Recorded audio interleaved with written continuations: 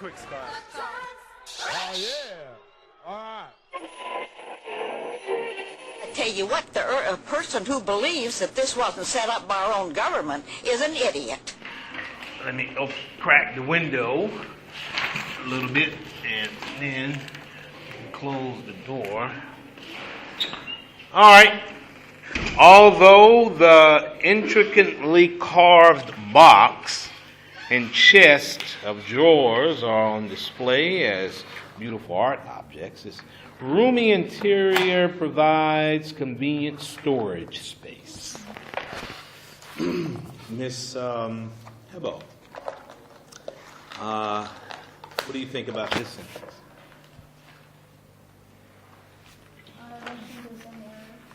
Say no error in this sentence. Okay. All right. You agree with that, Ms. Yasmin? Which one? 15. Yeah, I think there's no error. Okay.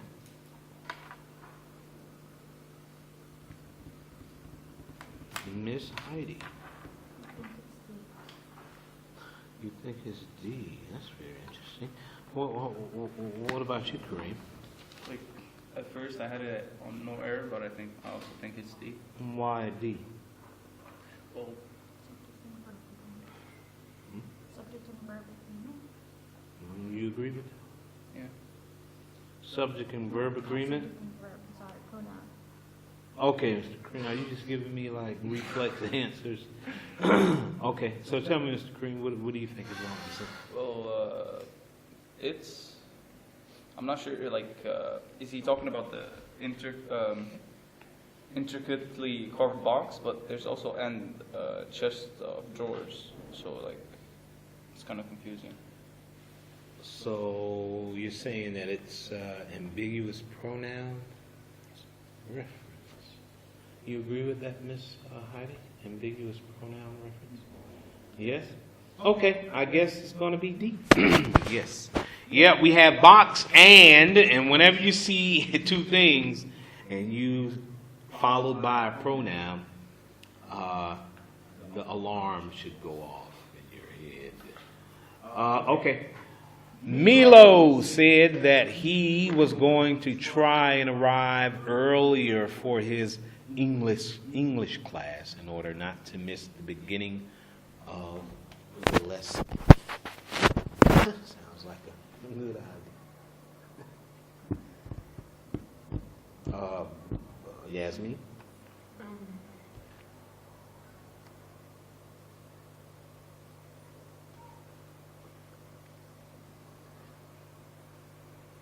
I don't think there's an error. Okay, so you say no error. And Miss Hebo? I agree with that. No error. 16. Okay, did we write number next to 15? Did we write ambiguous pronoun? Ambiguous pronoun. Okay. Kareem? Like, I had it on D, but, like, just out of lunch, like, I think there was I thought, like, there's a structure problem, because it doesn't sound right in my head. I don't know. Okay. But Miss. there's no reason. No Don't reason. have a reason. Yeah. Don't have a reason. Miss Samah. I would be, because I would feel like end is there. Okay. I thought it'd be like to try to arrive, not to try and arrive. Okay. He's doing something, just one thing, just trying to arrive early. Okay, Miss. There was no No error. Okay, so you said there was some awkwardness around try to try. not to try and. Yes, you are correct. It is B. This is a problem here. To try to arrive, and not try and arrive. I would say this is an idiom issue, but we can also say it's a verbal issue.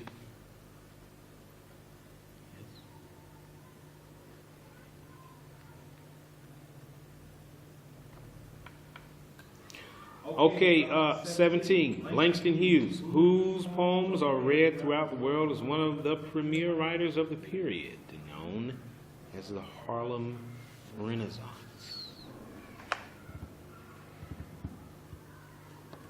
Miss Yasmin.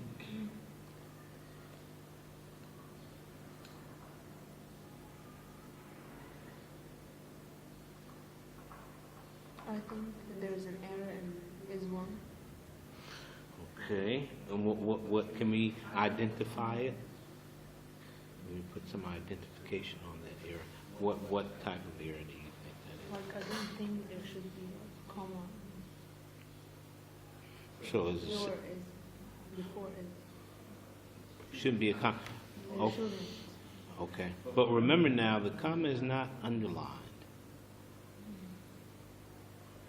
And I don't know, maybe we can write that as a note, especially in the error ID. You don't really have to be concerned with anything that's not underlined. Not saying that it doesn't affect the sentence, I but, think it's all one of the. oh, you're saying it's an agreement problem? Right. Okay. And what's the subject for that verb? Langston. Langston Hughes. Yeah. Okay. Okay, I see what that's understandable. Hughes is actually how his name is spelled. So the S doesn't represent more than one. I mean the poems, like, it's not is, it's or. Oh, you're saying the poems. Yeah. Okay. Well, the poems has a verb, are read. Yeah. So,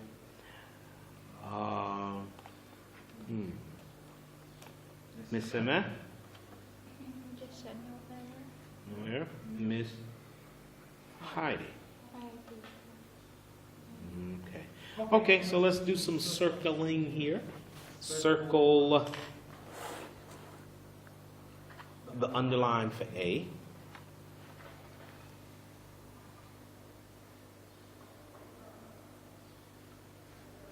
And the problem is going to be that apostrophe S.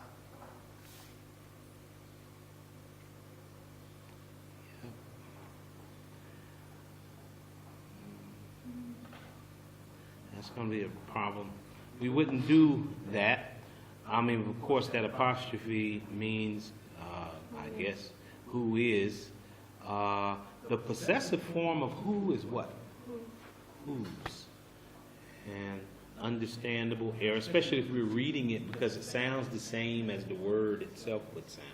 So your mind would kind of skip over it. But the possessive form of who is not with an apostrophe S.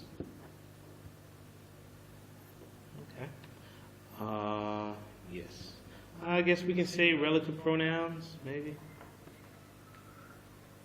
Yeah. Relative pronouns. Okay. My voice is, I don't know why my voice is gone, but it is gone. I need to get sick of something. Okay. The fact that Samuel Jackson is incarcerated when the crime was committed convinced Detective Almost that Jackson was innocent. And that's not Samuel L. Jackson. You know Samuel L. Jackson? What? Well, that's good. I can't really think of any movies that I would recommend. From Pulp Fiction? Well, I wouldn't recommend that movie, especially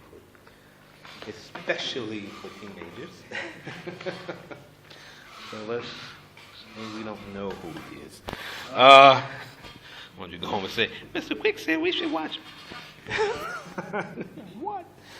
Okay. All right. Yasmin.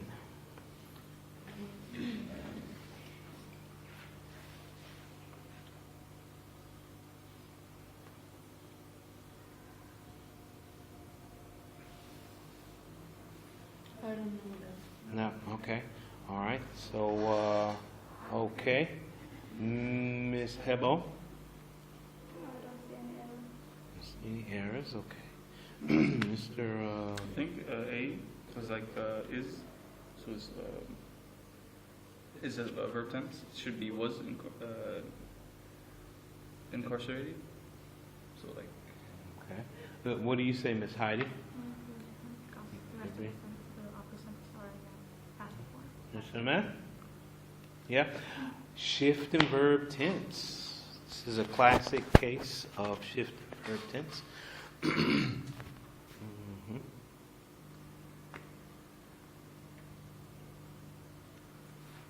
Okay, so we know we wouldn't change B. We would change A because of the meaning of the sentence.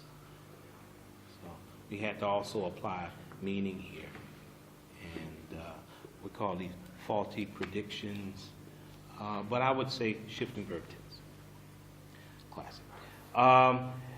In the manual that bus drivers must study, accidents to which tailpipe is damaged are classified as serious events. Miss Yasmin.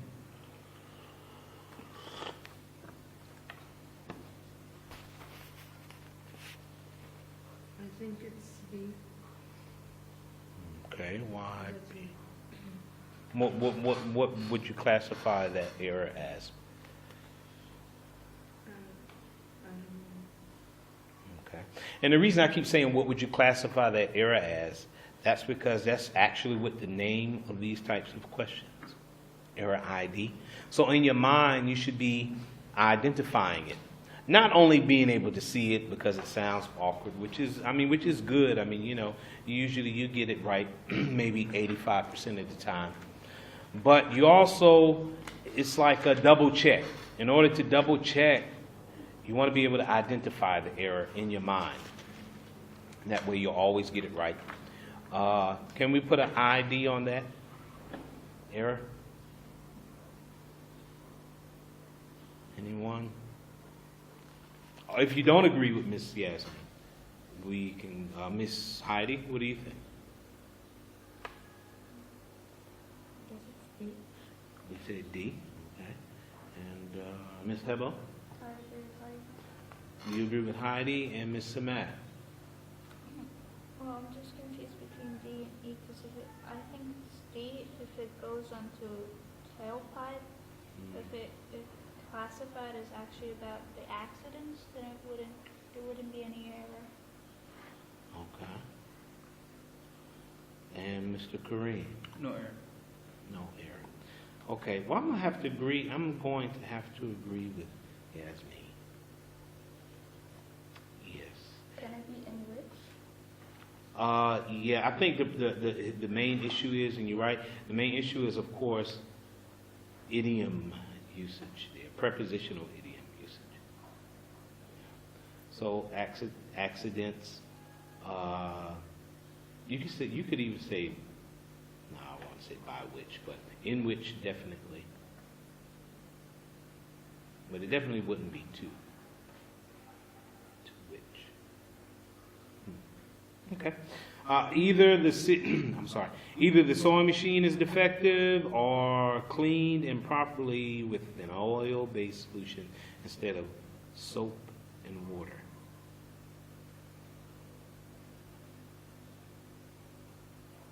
Miss Yasmin, what do you think? No error. No error. Yeah. Okay. And Miss Samat, you agree with that? Yes. Okay. And Mr. Kareem, what is your take? I had it on D, but I don't know why.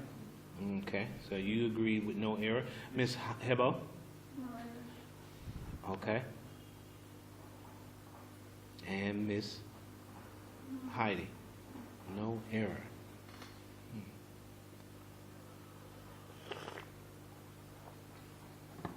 No, I guess it's 8 Why?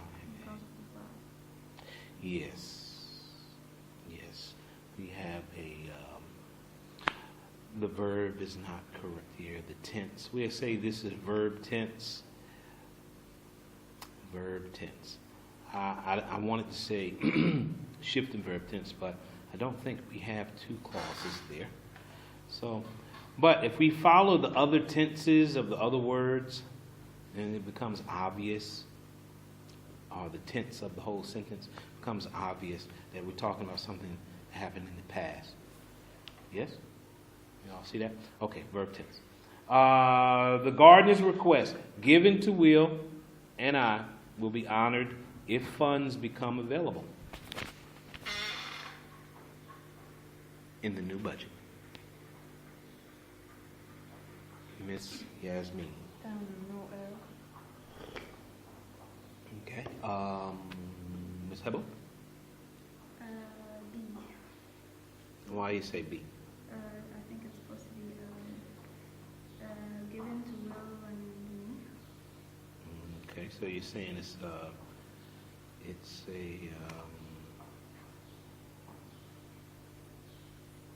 subjective, objective situation here. What do you think? I agree with. Yes, I have to agree. Yes, given to Will and me. This I is not the subject of the clause. The gardener's request is the subject. And I think one of the things that gave it away was the commas. The commas. You see that? So the commas meant that it was just extra information, so it couldn't have been. That's another reason it couldn't have been subject. Not to mention that it is preceded by to, making will and what's supposed to be there the object of the preposition to. Okay. So objective case pronouns, if you just want to write that, objective case pronouns there to do a little review on that. Chester commented that George's voice sounded odd because he had not yet recovered from a cold. Miss Yasmin. B. B? You said B? Yeah. Okay. And what error do you think? I think like it should be George's without this. Without the apostrophe S? Yeah. Okay. So we know that the apostrophe S shows possession. Right? So George is the owner of the voice. Right? Yeah. Okay. Okay, Miss Hebo. D. You say D? Yeah. Why D? Because we have Chester and George. Mm-hmm. We don't know which one he's identifying. So you're saying ambiguous pronoun? Yeah. That he is the problem? You agree with that, Ms. Heidi? Okay, I have to agree here with D. B, the possession is okay because we're talking about his voice. So that's okay. But isn't it kind of like understood that he refers to George? No. I mean, if you were thinking like which one is closest, yeah. But that's the problem with ambiguous pronouns. It's not enough that it's closer. It's George's voice. It's talking about his voice, so it refers that he still hasn't recovered. Yeah, I mean, we could give it like that. We could, in other words, we could reason with it. But with the sentences, we can't reason with it. With these types of questions, it has to be clear. And that's the whole thing that the College Board is doing, is trying to make us, write concisely, precisely, say it exactly the way you mean it, and don't make the reader try to guess. Now, if we were talking about style, if you were like writing a book or something, but this is just testing your understanding of the rules. Yeah, it's not talking about like an object that you own. It's about the voice. And it's kind of got understood. Like I understood that it was George's, not the other person. But if we're talking about an object, then it's called. Okay, so this is what I need for you to do. And actually, you might want to write this down because this is really important. I need you to turn off your inference button. Turn your inference button off when you're doing the writing section. Just turn it off. Become somewhat of a robot. and a robot without AI, artificial intelligence. Okay? So don't reason with it.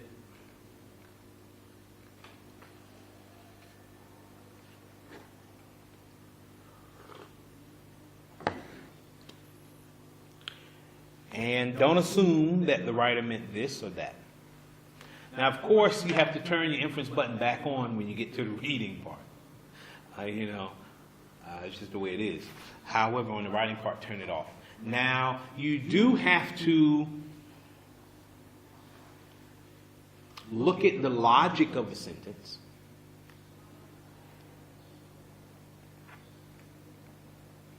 But there's a very thin line between looking at the logic of a sentence and assuming the writer meant this. It's a tricky way, but it is what it is. So it's clear, especially when, and this is the thing I want you to remember, especially when these two things are followed by a pronoun. When you got two things followed by a pronoun, almost always it's going to be an ambiguous situation.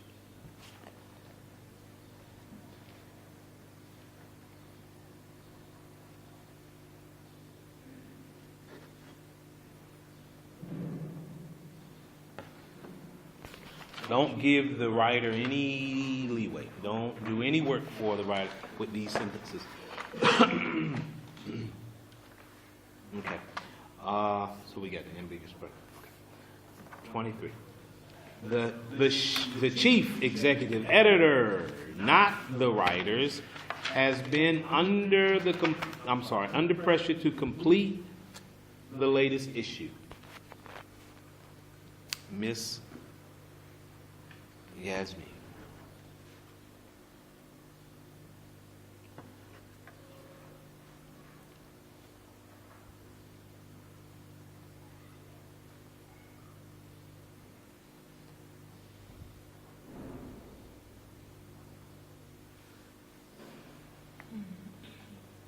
What do you think? I don't know if it's like be or no error. Make a decision.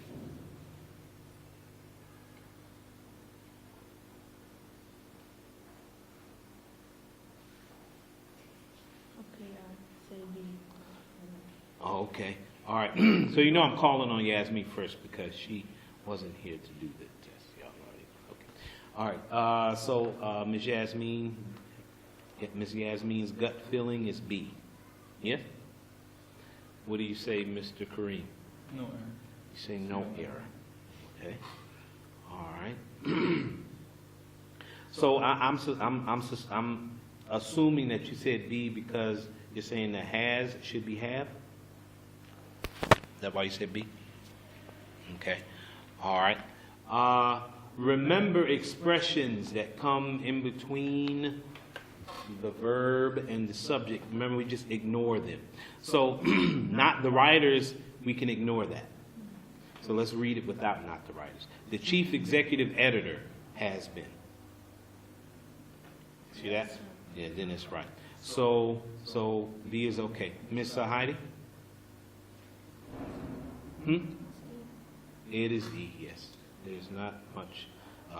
Everything is good there. The comma is good because it is extra information, so that's all good. To complete, it's okay. Nothing wrong with latest. All right, 24. The flowering plant, which needs more care than others in the greenhouse, is very precious to Marie because her mother planted it. Miss Yasmin.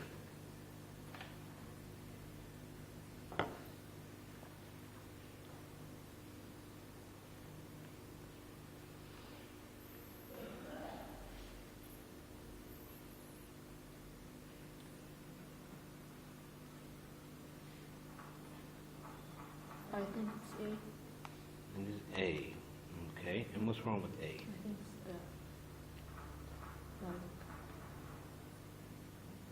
the flower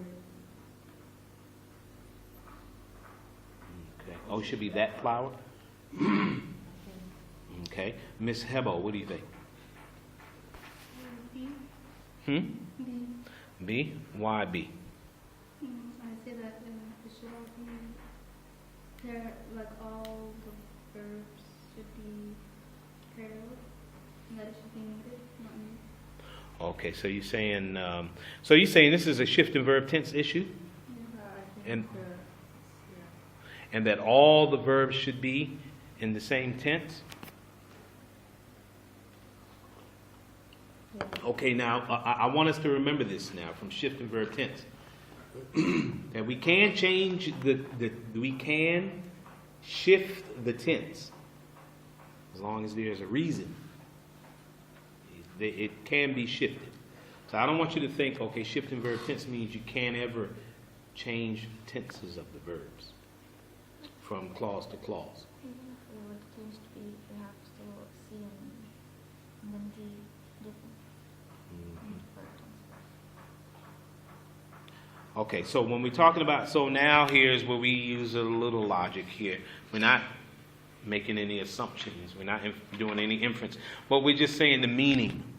We're looking at the meaning of the sentence. The flowering plant, which needs more care than others in the greenhouse. Okay? It's very precious to Marie because her mother planted it. Shouldn't it be C and then we add a comma to before it? We add a comma before is. Okay.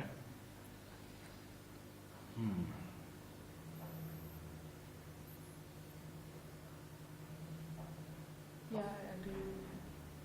Miss Samal, what do you think? I don't know.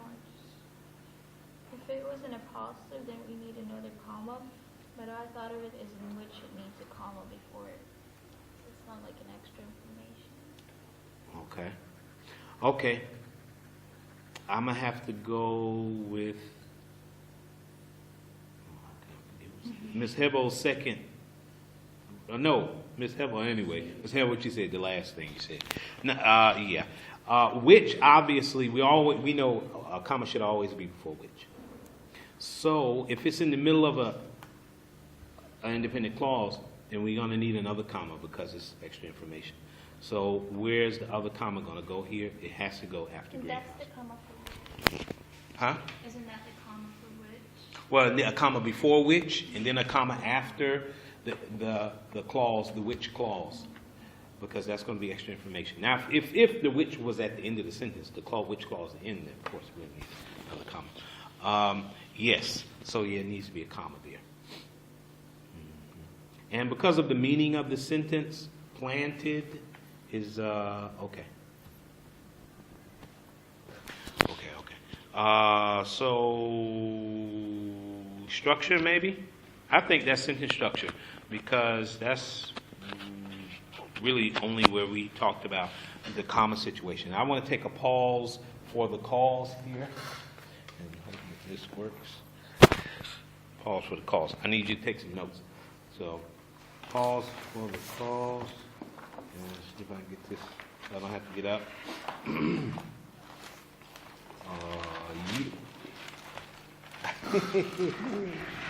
Okay, all right. The list. This is the list. You need to write this list down. Now, this is another strategy. You don't have to do it, but I think it'd be a good idea. When we're dealing with the sentences, we should have a game plan when we approach a sentence. And I've already said that before, and I already gave you a few things that you should do. But when we're talking about specifically, and since we're talking about the error ID sentences, and we should be able to identify those errors, so we should have like a game plan.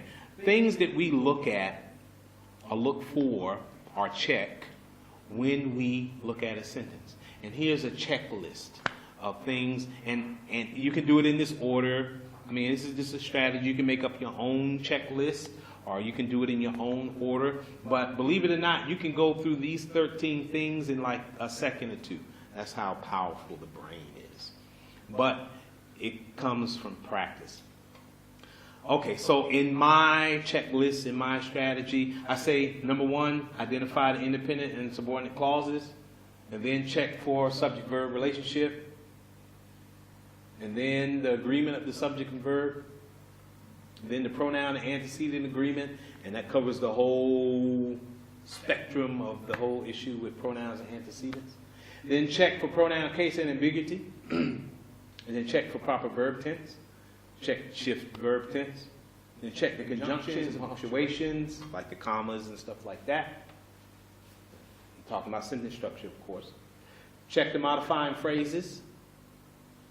And we know that SAT usually tests us on, when they're talking about dangling and dangling misplaced modifiers, it's usually that word or group of words that's modifying a noun. So the noun is usually not there or in the wrong place. So we don't have to, be concerned about the adverb situation and all that with the modifiers. Make sure all items in the list have the same grammatical form. Make sure any comparisons are grammatically logical.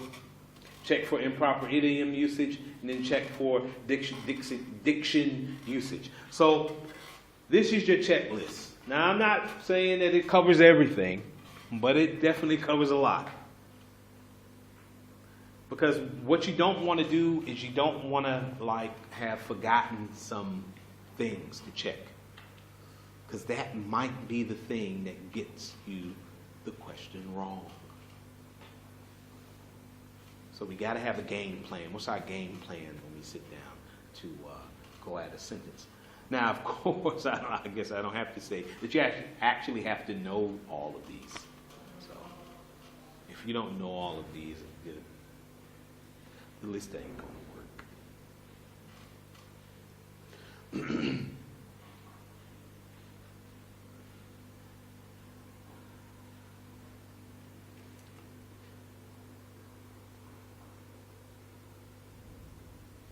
So who already had a checklist in their head?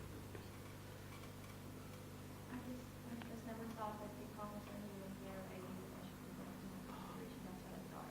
Oh, yeah. Actually, commas, semicolons, and colons. Yeah, watch out for those. And that whole which, and usually, I only see the commas usually when I'm dealing with which, because it's such a clear rule that it's always going to be a comma, which is always going to be a comma situation. So, especially if which is underlined and there's no comma, it's like the dead giveaway. But they don't have to underline the comma with which. But then you got the second comma when the which clause is in the middle of an independent clause. So, yeah, they will get the punctuation stuff for us. Now, of course, they'll never test us on, the full stops and stuff like that. Or the comma before and stuff. But, comma before and, we're talking about a list of them. But we definitely need to watch out for the which comma situation. And since we're talking about commas, the extra information, comma stuff. Not that they're going to test us on it, but we need to always know when we see stuff in between commas, coming in between the subject and the verb, become alert.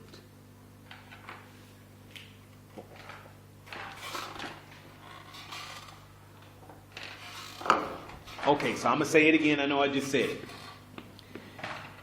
If you don't know all of these rules, because there may be 13 items in the list, but that might dwarf into like 25 grammar rules, okay? When you start adding up the different rules, if you don't know all of them, then you have to make your list shorter.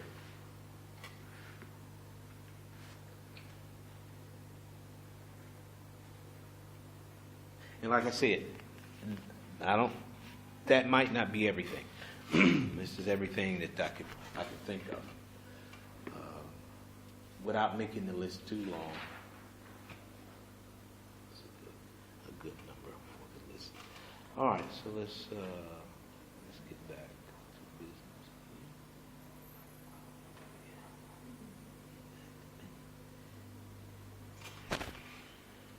Okay. Yes.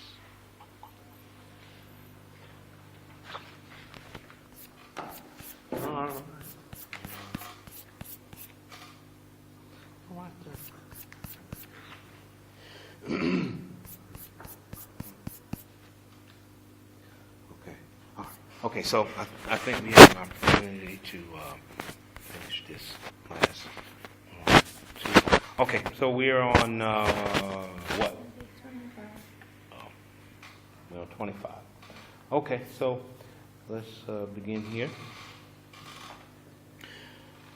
Pleased by his success in expanding the business, the designer took a long postponed vacation and returned ready to work hardest.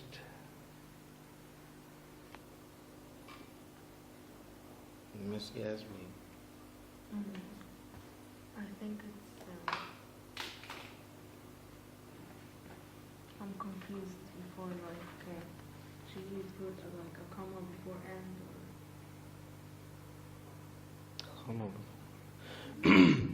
Okay, only put that comma before and if what comes after the comma is a clause, meaning has a subject-verb relationship. Okay, so there's no error. No error. Okay. All right. Do you agree, Ms. Hebo? I say that it's, we should include a comma. Okay. All right. Why comma? Because we have the designer itself, which is subject-verb relationship. Okay. Actually, no, it's no error. Okay, no error. Mr. Kareem. It's D. Why D? Like, what is the hardest modifying? So we comparative superlative issue. Or adverb, or you can put adverb there.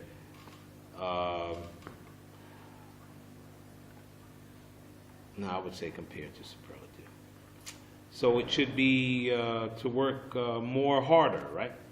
Like, or like just like More, something. No. more No. harder is Yeah. all we need. Yes, harder. So of course, hardest means that in the sentence he had to be being compared to other people at his work, and we don't see that. What's the error again? Comparative superlative. Superlative here, they're using superlative, but we didn't need superlative.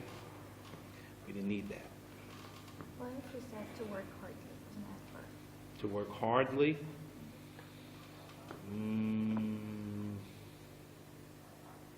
No. To work hardly. Well, then that'd be implying that he's not going to work.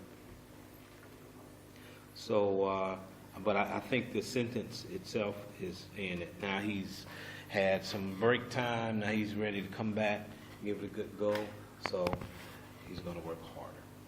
All right, that concludes us today. We'll start on 26 when you come back. Take the last few seconds for the bell. Make sure you got the bell. Okay. In Islamic school. We'll talk about tomorrow. Yeah, that's rolling the hard way. We don't want to roll quite that hard. We want to get one of them little minibuses.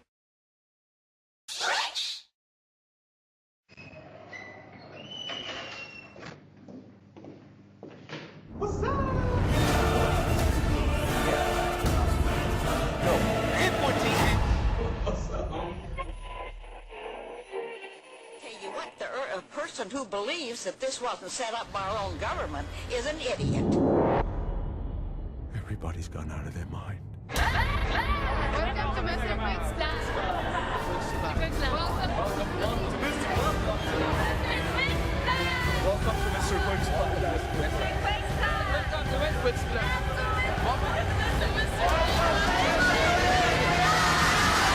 Welcome to Mr. Quick's class. Oh, yeah. All right.